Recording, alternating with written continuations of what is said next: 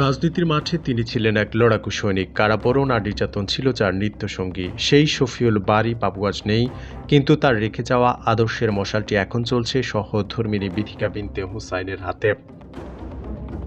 সোমবার বিএনপি সংরক্ষিত নারী আসনের তালিকায় বিথিকার নাম আসা যেন সেই ত্যাগেরই এক আনুষ্ঠানিক স্বীকৃতি। বিথিকার রাজনীতির হাতে খড়ি ঢাকা বিশ্ববিদ্যালয়ের সবুজ চত্বরে।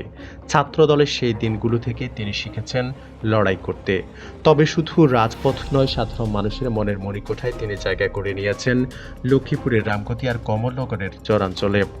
স্বামীর শূন্যতায় দমে না গিয়ে মাঠ পর্যায়ে দলকে সুসংগঠিত রাখাই ছিল যার মূল লক্ষ্য। রাজনীতির পাশাপাশি তার মানবিক রূপটিও পরিচিত। অর্পণ বাংলাদেশ সংগঠনের মাধ্যমে দাঁড়িয়েছেন নির্যাতিত আর অসহায় মানুষের পাশে। দল যখন চরম সংকটে, তখন মানবিক কাজের মাধ্যমে তিনি সাধারণ মানুষের আস্থা অর্জন করেছেন। বিএনপির নীতি নির্ধারকরা বলছেন, এবার মনোনয়নের ক্ষেত্রে ত্যাগ আর মাঠ পর্যায়ে সক্রিয়তাকে দেওয়া হয়েছে সর্বোচ্চ অগ্রাধিকার। আর সেই মাপকাঠিতে বিথিকা বিনতে হুসাইন কেবল এক নেতার স্ত্রী নন, বরং নিজ যোগ্যতায় উঠে আসা এক বলিষ্ঠ নেত্রী। ২১ এপ্রিল মনোনয়ন জমা আর ২৩ এপ্রিল বাছাই, সব আনুষ্ঠানিকতা শেষে এখন বিথিকার সামনে নতুন চ্যালেঞ্জ। সংসদের ভেতরে সাধারণ মানুষের কথা আর বাবুর আদর্শকে তুলে ধরা। কামরুল হাসান হৃদয়, ঢাকা টুডে।